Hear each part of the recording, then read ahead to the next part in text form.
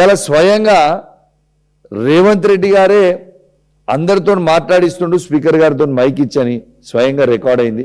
బీర్ల ఐలయ్య గారు పోయి ముఖ్యమంత్రి గారు చెప్పిర్రు మైక్ రాజేందర్ రెడ్డి గారికి ఇవ్వండి, వీళ్ళకి ఇవ్వండి, వాళ్ళకి ఇవ్వండి అని కింది నుంచి విప్లను పంపించి స్పీకర్ గారిని డైరెక్ట్ చేస్తుంది ఇదే రేవంత్ రెడ్డి గారు కాదా? మరి ఇవన్నిటికీ ఎథిక్స్ కమిటీ రాదా? ఒక్కసారి మీ అందరూ కూడా ప్లే చేయాలమ్మా. ఇప్పుడు రేవంత్ రెడ్డి గారు ఎట్లా మాట్లాడిన అసెంబ్లీలో ఒక్కసారి చూడండి ఈ మాట. మరి ఇది ఎథిక్స్ కమిటీకి రాదా? आपको क्या होने वाले कैसे होने वाले पता नहीं है। जो बड़वे को यहाँ भेज दो, बड़वे को कौन संभालना? ऐसे बड़वों को क्यों इधर लेगा के छोड़ दिए? समझाओ उन लोगों को, सिखाओ कुछ उन लोगों को. ఇప్పుడు ప్లే అమ్మా దానం ఎస్ఎన్డిపి చూసుకోవాలి మా బయట కూడా తిరగాలి కొడక మేము కానీ ఏమనుకుంటున్నారా మీరు? మీ అమ్మ తోలు తీస్తా కొడక ఒక్కొక్కటి తోలు తీస్తా ఒక్కొక్కటి చెప్తున్నా, తోలు తీస్తా ఏమరే బయట కూడా తిరగని అని చెప్తున్నా నేను. మరి ఇవి ఎథిక్స్ కమిటీకి రావా? ఇంకోటి చూడొచ్చు, ముఖ్యమంత్రి రేవంత్ రెడ్డి గారే విప్ గారిని ఐలయ్య గారిని పంపించి స్పీకర్ గారికి ఇట్లా చెప్తున్నాయి. నాయన్ రాజేందర్ రెడ్డి గారు ఎంత క్లియర్గా మీకు కనబడతా ఉంది.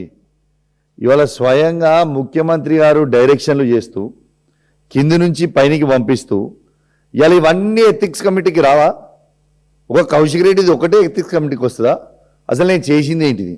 నువ్వు ఏం చేసినా ఎన్ని ఇబ్బందులు పెట్టినా భయపడేది మాత్రం ఎటు పరిస్థితులు లేదు. ప్రజల పక్షాన నిలబడి మాట్లాడుతున్నా అని నన్ను ఇబ్బంది పెట్టాలని నువ్వు అనుకుంటున్నావు. బరాబర్ నువ్వు ఎంత ఇబ్బంది పెట్టినా ప్రజల పక్షాన ఖచ్చితంగా నిలబెడతా, ప్రజల పక్షాన ఖచ్చితంగా నేను అడుగుతా. ఇంకోటి ఏమంటాడు రేవంత్ రెడ్డి గారు, ఇలా రాజ్ ఠాకూర్ గారిని రామగుండం ఎమ్మెల్యే గారిని లేపి మా దగ్గర కూడా కండలు తిరిగేటోళ్ళు బాగున్నారు, ఇలా కింద పడేసి ఒక్కటే దగ్గర కొడతాడు. కుస్తీలాట అది అసెంబ్లీయా లేకుంటే కుస్తీలాటనా? గౌరవ రేవంత్ రెడ్డి గారు, మీకు తెలియదు కావచ్చు, నీకు అన్నీ తెలుసు, తెలియనట్టు యాక్టింగ్ చేస్తావు అంతే. నేను స్పోర్ట్స్ పర్సన్, నేను జాతీయ జెండా మోసిన వ్యక్తిని. నా పర్సనాలిటీ మీద నువ్వు ఏడిస్తే నేనేం చేయాలి? దేవుడిచ్చిన పర్సనాలిటీ మీద నీకు దేవుడు ఇవ్వకపోతే నేనేం చేయాలి? నువ్వు నా పర్సనాలిటీ మీద ఏడిస్తే నేనేం చేయాలి అని నేను అడుగుతా ఉన్నా. ఇలా స్పోర్ట్స్ పర్సన్గా ఇలా ఈ ఫిట్గా ఉండడానికి ఉట్టిగా ఆషామాషిగా లేమిట్లా 20 ఏండ్లు కష్టపడి నేను భారతదేశంలోనే ఇండియా క్రికెట్ ఆడుతున్నప్పుడు, ఇండియన్ టీంలో ఉన్నప్పుడు, రంజీ ట్రోఫీ ఆడుతున్నప్పుడు నేను భారతదేశంలోనే అండర్-19 ఇండియన్ టీంలో ఫిట్టెస్ట్ ఇన్ ద కంట్రీ ఉంటే, నేను ఫిట్టెస్ట్ ఇన్ ద కంట్రీ అంటే క్రికెట్ ఆడుతున్నప్పుడు ఫిట్నెస్ టెస్ట్లు ఉంటాయి, ఫిట్టెస్ట్ ఇన్ ద కంట్రీ ఉంటుంది. నా ఫిట్నెస్ మీద, నా రూపం మీద కూడా నువ్వు ఏడిస్తే నేను ఏం చేయాలి? దానికి బాడీ షేమింగ్ ఉంటుంది. హరీష్ రావు గారి మీద బాడీ షేమింగ్ చేస్తారు, లేకుంటే హిమాంశు గారి మీద బాడీ షేమింగ్ చేస్తారు, లేకుంటే కేటీఆర్ గారి మీద బాడీ షేమింగ్ చేస్తుంటారు, నా మీద బాడీ షేమింగ్ చేస్తుంటారు. ఇదేమి దీనికోసం నేను ముఖ్యమంత్రి చేసిరా అని నేను అడుగుతా ఉన్నాను. ఇలా స్వయంగా ఇంకొక ముచ్చట కూడా చెప్తా ఉన్నాను.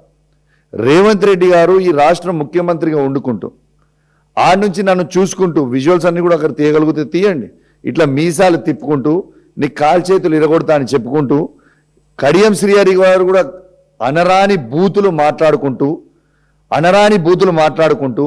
ఇలా కాలు చేతులు ఇరగొడతామని చెప్తుంది. మరి వాళ్ళ ఎథిక్స్ కమిటీకి రారా?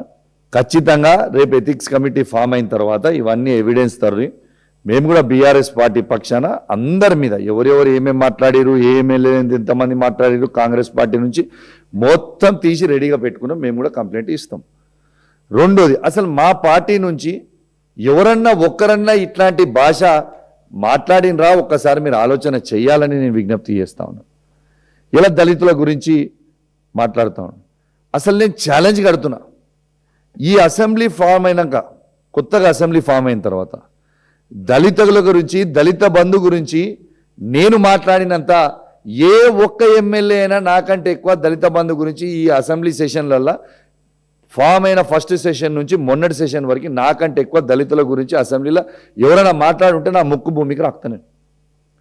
ప్రతి అసెంబ్లీ సెషన్లో దళితుల గురించి, దళిత బంధు గురించి, మా దళితులకి దళిత బంధు ఎందుకు ఇస్తలేవు, మా హుజురాబాద్ నియోజకవర్గంలో పైలట్ ప్రాజెక్ట్ ఇచ్చింది కేసీఆర్ గారు దళిత బంధు, వాళ్ళకి ఇవ్వాల్సిన డబ్బులు కూడా అకౌంట్లో ఉన్నా మీరు ఆపుతున్నారు, ఇది కరెక్ట్ కాదు. అభయ హస్తం కింద అంబేద్కర్ హస్తం అని పెట్టి మీరు 12 లక్షలు ఇస్తామన్నారు, ఆ 12 లక్షలు ఎందుకు ఇస్తలేదు దళితులకని ప్రశ్నించిన వ్యక్తే కౌశిక్ రెడ్డి కదా అసెంబ్లీ సాక్షిగా. నిన్నగాక మొన్న ఈ సెషన్లో కూడా ఈ దళిత బంధు గురించి మాట్లాడింది కౌశిక్ రెడ్డి కదా అసెంబ్లీ సాక్షిగా. ఇదే దళితుల కోసము హుజురాబాద్లో మీరు దళిత బంధు ఇవ్వకపోతే ధర్నా చేస్తుంది కౌశిక్ రెడ్డే కదా. నా మీద కేసులు పెట్టిర్రు, నాతో పాటు దళితుల మీద కేసులు పెట్టింది కూడా ఇదే రేవంత్ రెడ్డి గారు కదా. ఇలా చేసింది రేవంత్ రెడ్డి గారు కాదా. ఇలా హుజురాబాద్లో పట్టణంలో డంపింగ్ యార్డ్ పెడతా ఉన్నారు. ఎట్టు పరిస్థితిలో ఆ డంపింగ్ యార్డు హుజురాబాద్లో పెట్టడానికి వీల్లేదు అని నేను డిమాండ్ చేస్తున్నాను కదా. అసెంబ్లీ సాక్షిగా నేను డిమాండ్ చేసిన. ఏప్రిల్ 4th నాడు నేను ఈ డంపింగ్ యార్డ్ మీద హుజురాబాద్లో పెద్ద ఎత్తున ప్రోగ్రాం పెట్టుకుందామని నేను ప్లాన్ చేసుకుంటే నాకు సిఐడి నోటీసులు పంపిస్తారు. 4th రోజు నువ్వు ఖచ్చితంగా ఈ సిఐడి ఆఫీస్కి నువ్వు వచ్చి అటెండ్ కావాలి ఎంక్వైరీ. ఎందుకు హుజురాబాద్లో మా డంపింగ్ యార్డ్ వద్దు అని నేను పోరాటం చేయొద్దా? నేను ఆడ పోరాటం చేస్తా అని అనుకోగానే నాకు సిఐడి నోటీసులు ఇస్తారా? 4th కాకపోతే 5th ఇవ్వాల్సింది, 6th. 4th రోజు నా ప్రోగ్రామ్ ఆడ డంపింగ్ యార్డ్ కింద ఉంది కాబట్టి సిఐడి నోటీస్ 4th ఇస్తావు. సరే 4th నువ్వు ఇచ్చినావు, నేను వస్తా, చట్టాన్ని గౌరవిస్తా కావచ్చు. నేను 5th రోజు, 6th రోజు, 7th రోజు పెట్టుకుంటా. ఎట్లా ఆపగలుగుతావు? దీనికోసం నువ్వు ఆపుతావా?